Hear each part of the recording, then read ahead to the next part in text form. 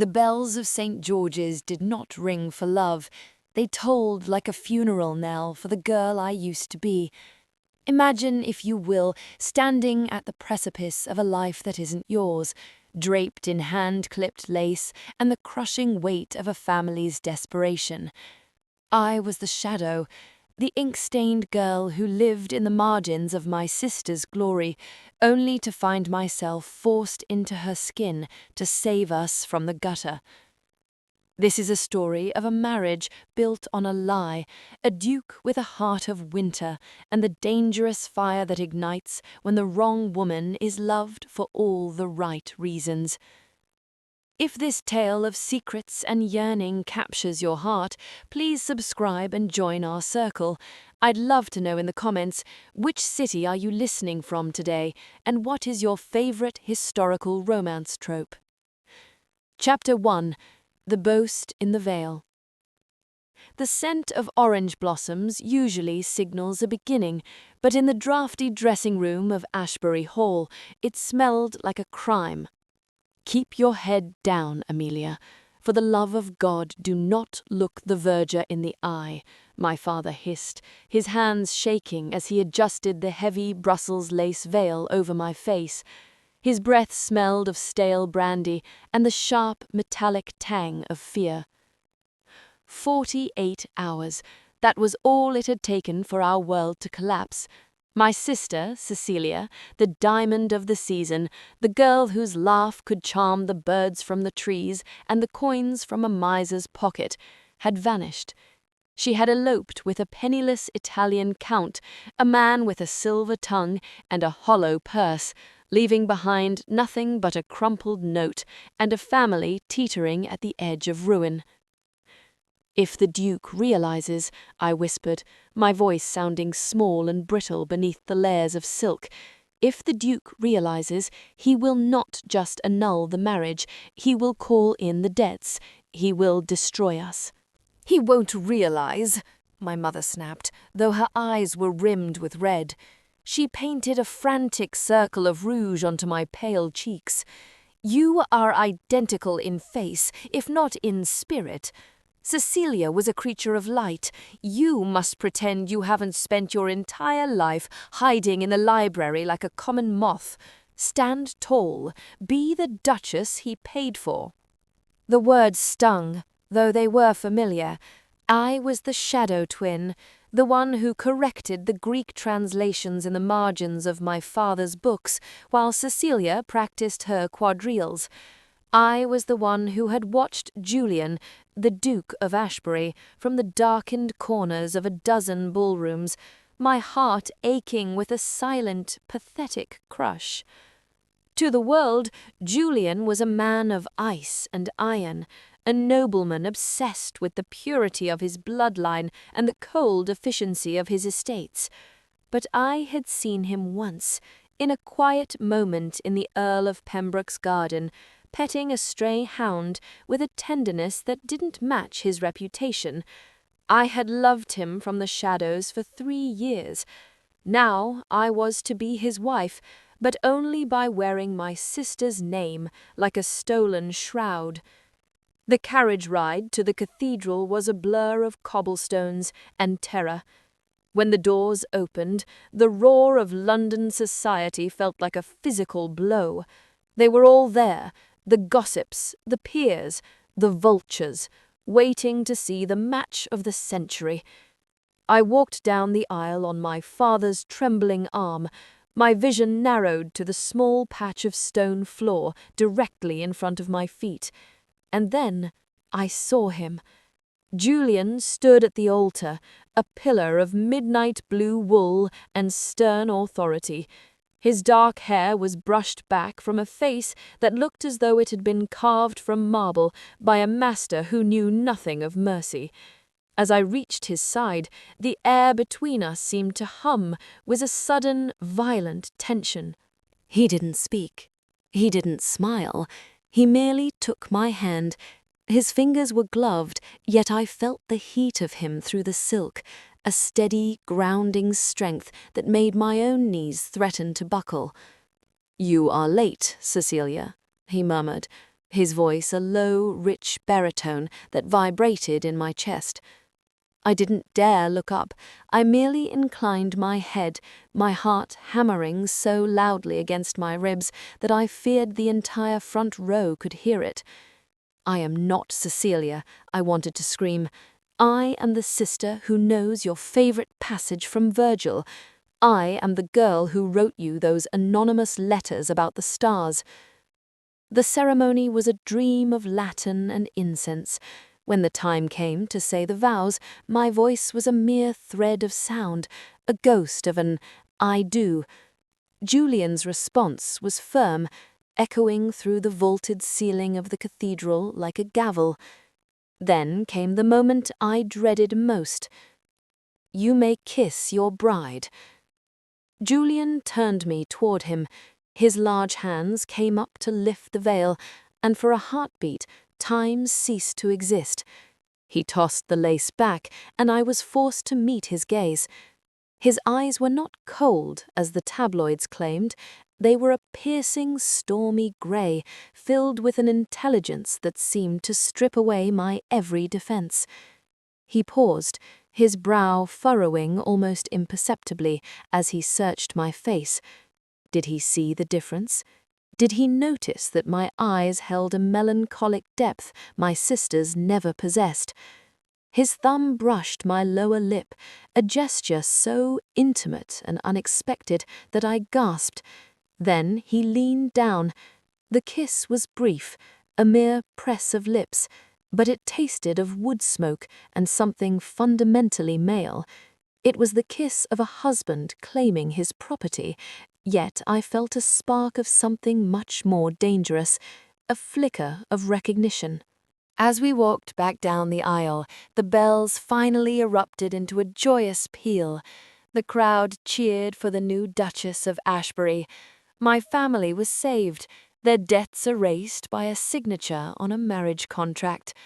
But as Julian handed me into the crested carriage that would take us to his ancestral estate, I realized with a sickening jolt of clarity that I had not just saved my family, I had entered a cage of my own making.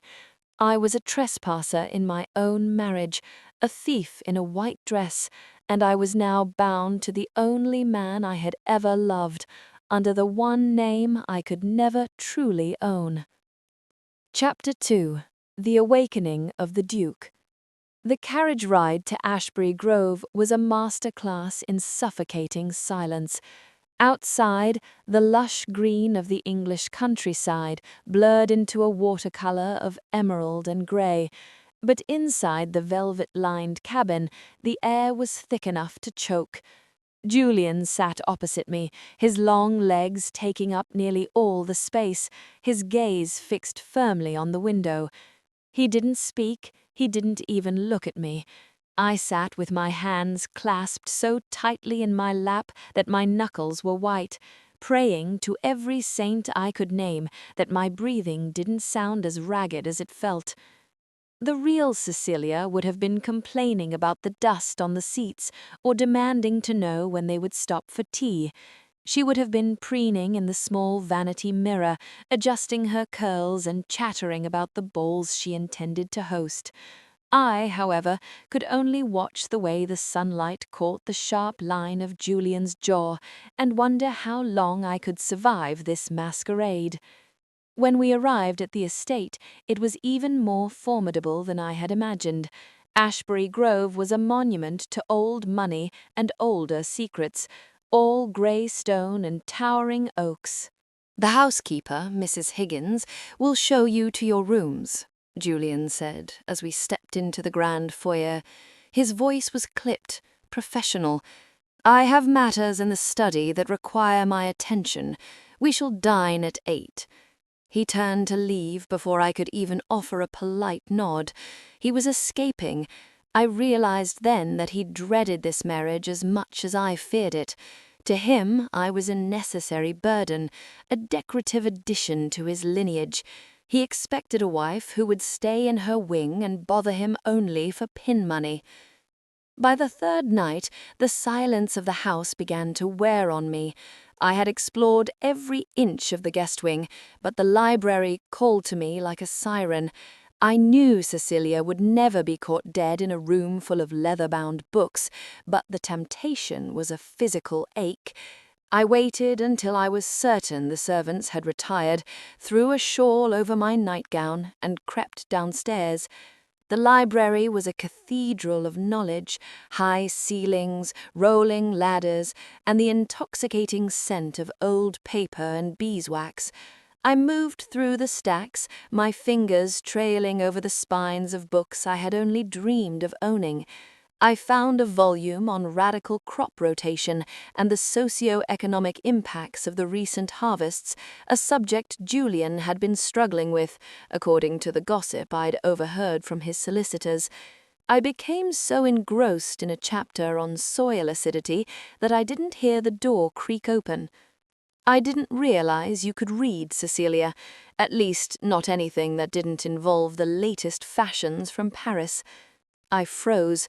Julian stood in the doorway, his silk waistcoat unbuttoned at the throat, a glass of amber liquid in his hand. He looked less like a duke and more like a man, tired, rumpled, and dangerously handsome. "Your Grace," I stammered, closing the book and hiding it behind me. I couldn't sleep." He stepped into the room, the firelight casting long shadows across his face. "And you chose that for bedtime reading? I would have expected a scandalous French novel."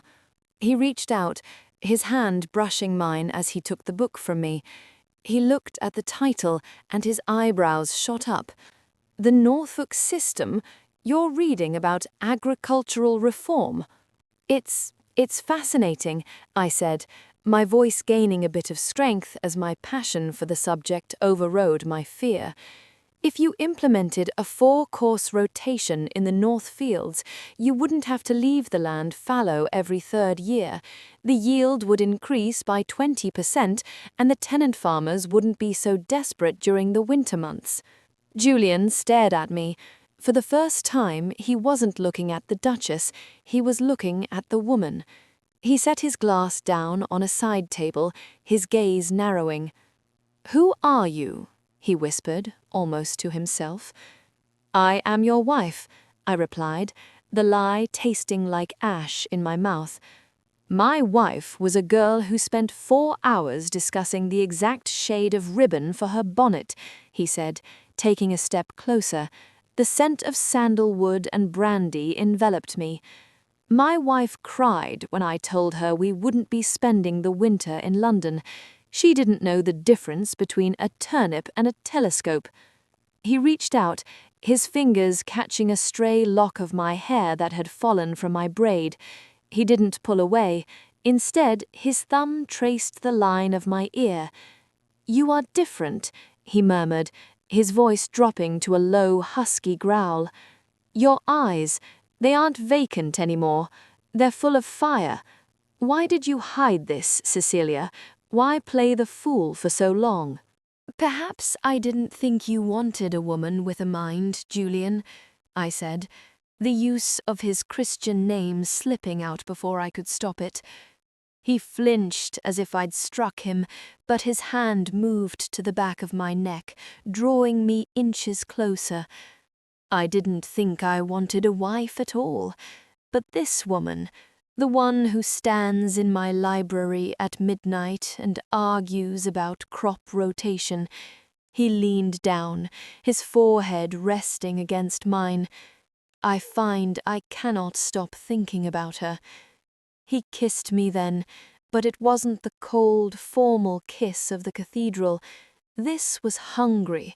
This was a man searching for a soul he hadn't expected to find. I melted into him, my heart breaking with every second of his touch. He was falling in love. I could feel it in the way he held me, as if I was something precious. But he was falling in love with a ghost. He was falling in love with Amelia's mind while calling her Cecilia. When he finally pulled away, his eyes were dark with a mixture of desire and confusion. "Go to bed, Cecilia," he said softly, "before I forget that I promised myself I would never touch you." I fled back to my room, the heat of his kiss still burning on my lips. I threw myself onto the bed and wept. It was the ultimate torture. I had finally found the one person who truly saw me, who valued the thoughts in my head and the passion in my heart, and I was losing him to my own disguise. Every time he whispered my sister's name against my skin, it was a knife to my soul. I was being loved for the first time in my life, but I was a thief in the night, stealing a heart that was never meant for me.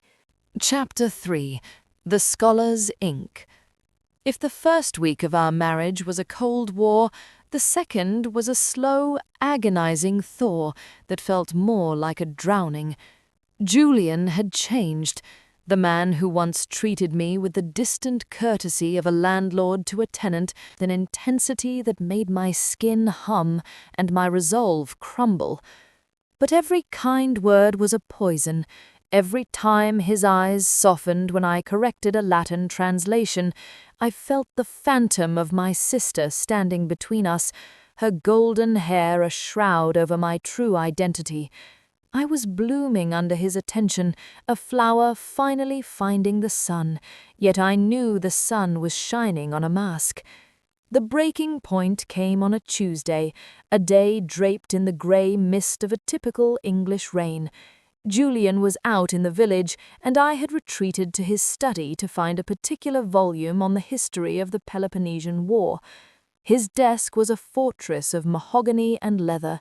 As I searched for the book, my sleeve caught on a small brass latch hidden beneath the lip of the desk's interior. With a soft click, a secret drawer slid open. I should have closed it. A lady, a real duchess, would have respected her husband's privacy, but I was a shadow and a thief, and my curiosity was a hungry thing. Inside lay a bundle of letters, tied with a simple bit of twine. The paper was worn at the edges, handled so often the fibers were soft as silk. I opened the top one. My breath hitched. The handwriting was cramped, precise, and unmistakably mine. "To my fellow traveller of the stars," the letter began, "you ask if the constellations are fixed or if we merely perceive them so.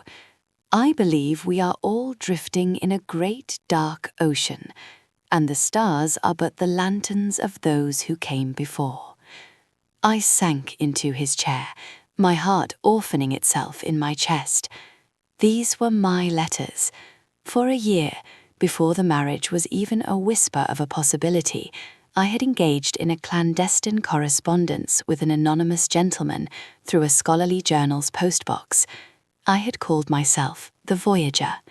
I had shared my soul with a stranger, because no one in my real life cared for the thoughts of a second daughter. That stranger had been Julian. The door opened. I didn't even have the strength to hide the paper. Julian stood there, his greatcoat dripping water onto the Persian rug, his expression shifting from surprise to a devastating, raw vulnerability. "You found them," he said, his voice barely a whisper. I didn't mean to," I lied, my fingers trembling against the parchment. "Who is she, Julian? Who is the Voyager?" He walked toward me, not with anger, but with a heavy, aching sort of grief. He took the letter from my hand and looked at it as if it were a holy relic. "She is the woman I should have married," he said, and the words were a physical blow to my heart. A year ago, I found her mind in the pages of the Philosophical Transactions. We wrote for months. I fell in love with a woman I had never seen, a woman who saw the world exactly as I did. She was my light, Cecilia. He looked up, his grey eyes swimming with a desperate, confused longing. "I tried to find her. I placed advertisements. I searched everywhere. But she stopped writing just before our engagement was announced. I thought I had lost her forever. I agreed to marry you because I believed that if I couldn't have her, it didn't matter who I married. I chose a name, a bloodline, a decorative wife to fill a void. He stepped closer, his hand reaching out to touch my cheek, his thumb catching a tear I didn't know had fallen. But then we were married, and suddenly, you, the girl I thought was a shallow butterfly, started speaking with her voice. You started thinking with her mind. Every time you open your mouth, I hear the voyager. It's a haunting, Cecilia. I feel as though I am being rewarded and punished all at once.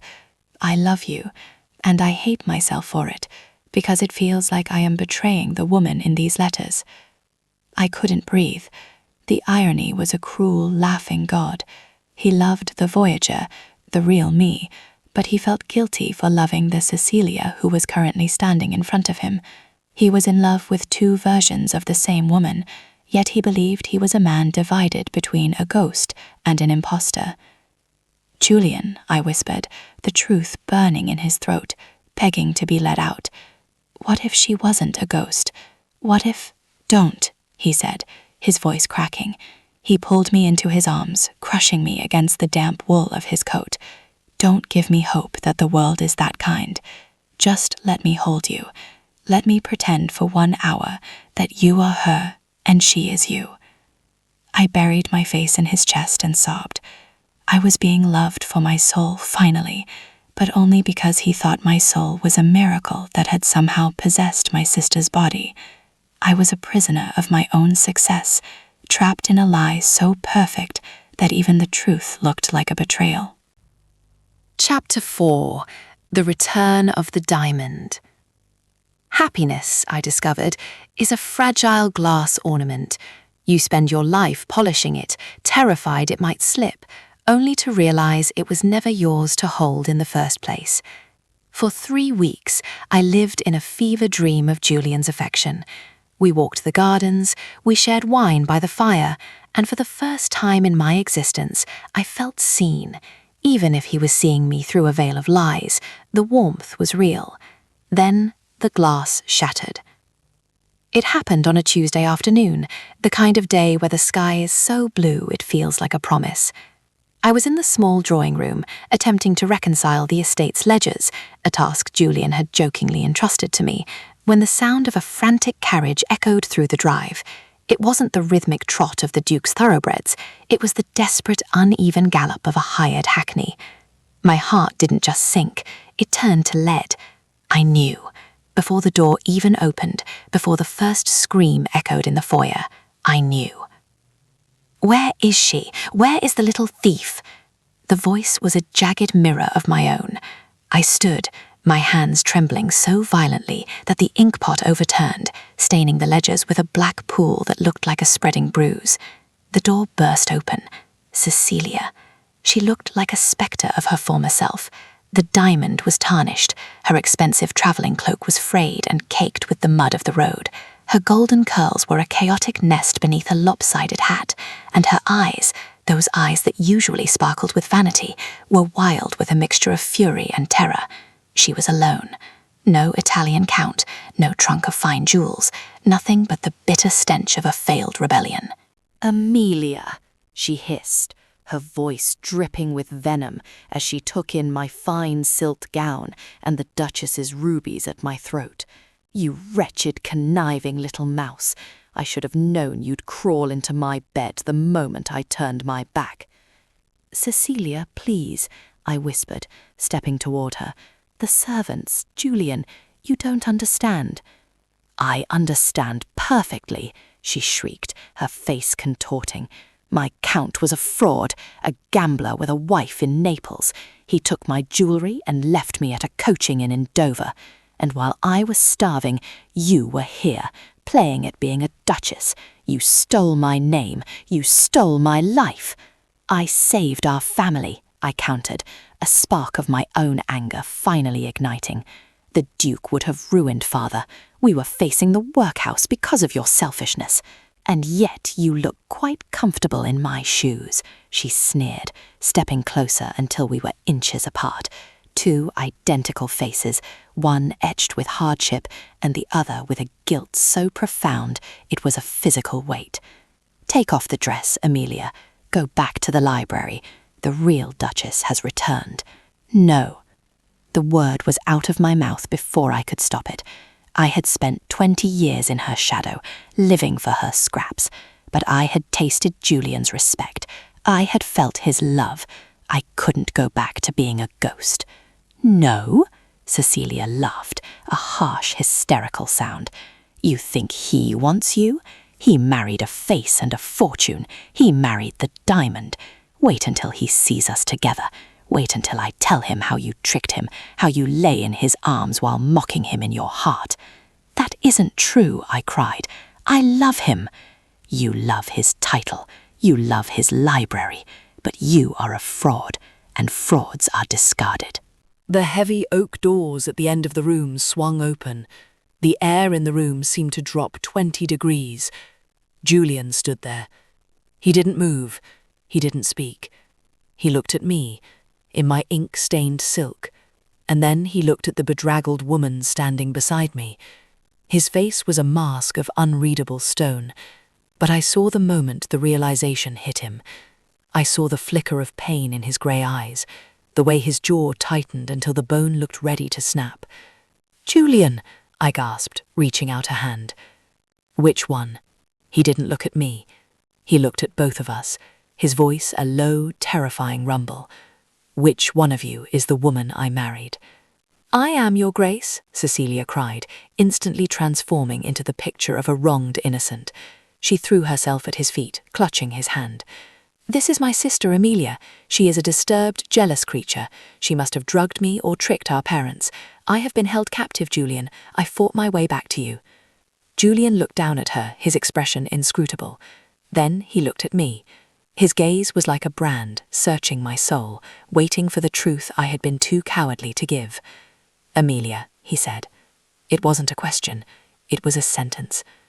I stood my ground, though my world was collapsing. "I am Amelia," I said, my voice steady despite the tears.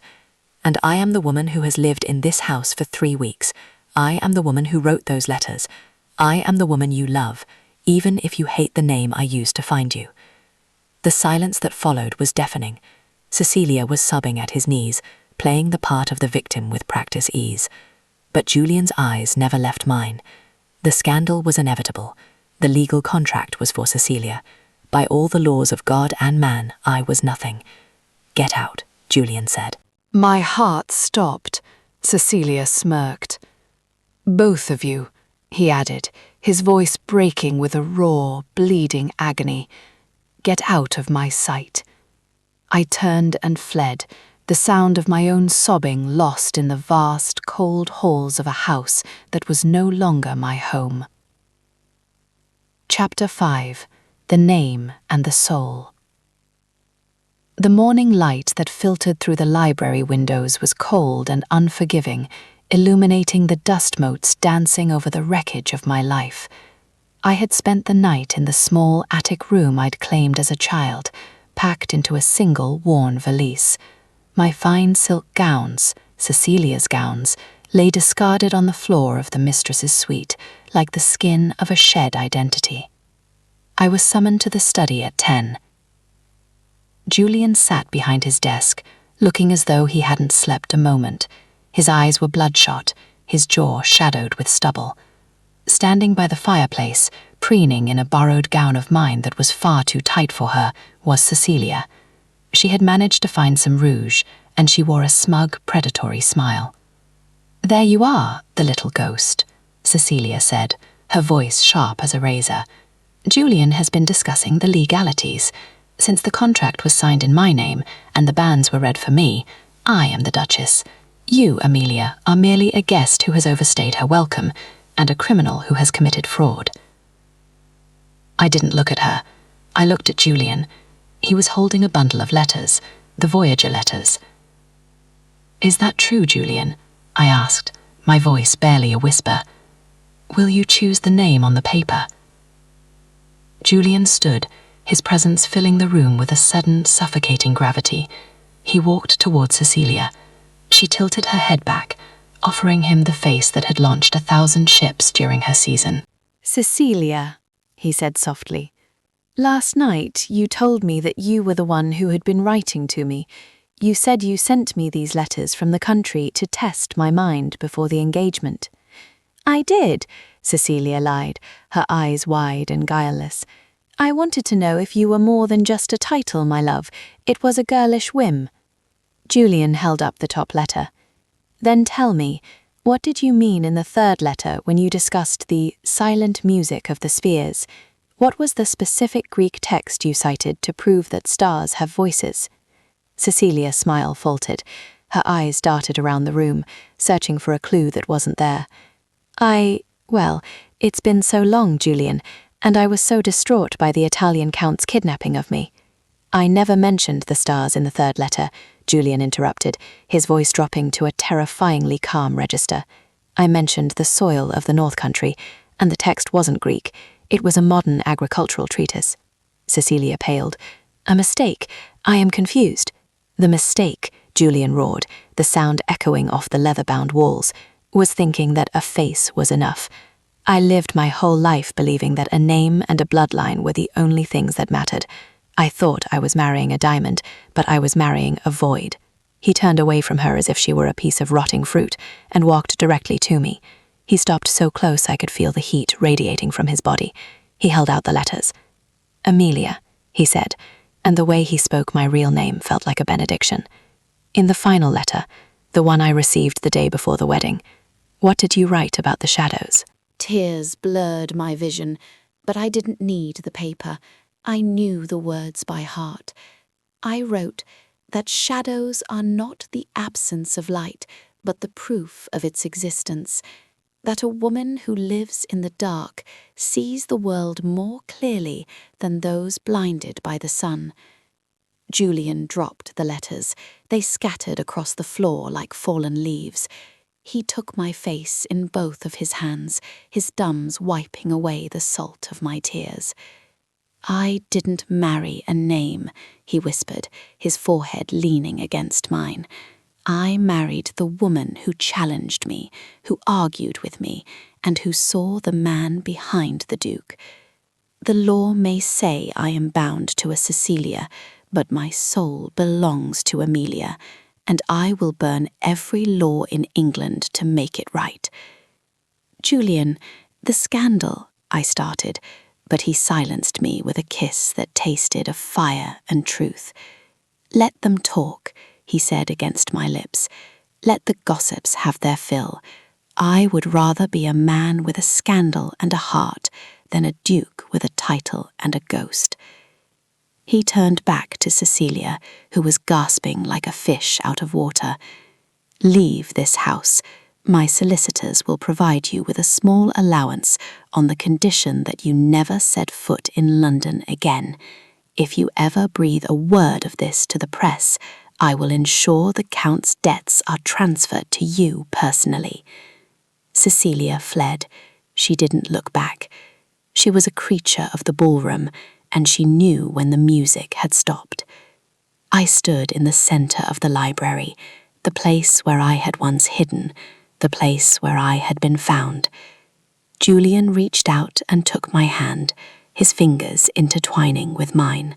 I have much to learn about you, Amelia, he said, a small, genuine smile tugging at the corners of his mouth, starting with why you are so certain the stars have voices. They do, I said, leaning my head against his shoulder. You just have to be quiet enough to hear them. We often think that love is a matter of grand gestures and perfect timings, a fairy tale written in the stars. But the truth is far grittier. Real love is found in the margins of life, in the ink-stained fingers and the quiet debates at midnight. It is a fire that is forged not in the absence of lies, but in the courage to speak the truth when it costs you everything. Amelia entered the cathedral as a shadow, wearing her sister's skin to save a fortune, but she walked out of the fire as herself, proving that while a man might marry a name, he can only ever truly love a soul. The shadow twin finally stepped into the light, And for the first time, the bells of Ashbury did not toll for a funeral. They rang for a beginning.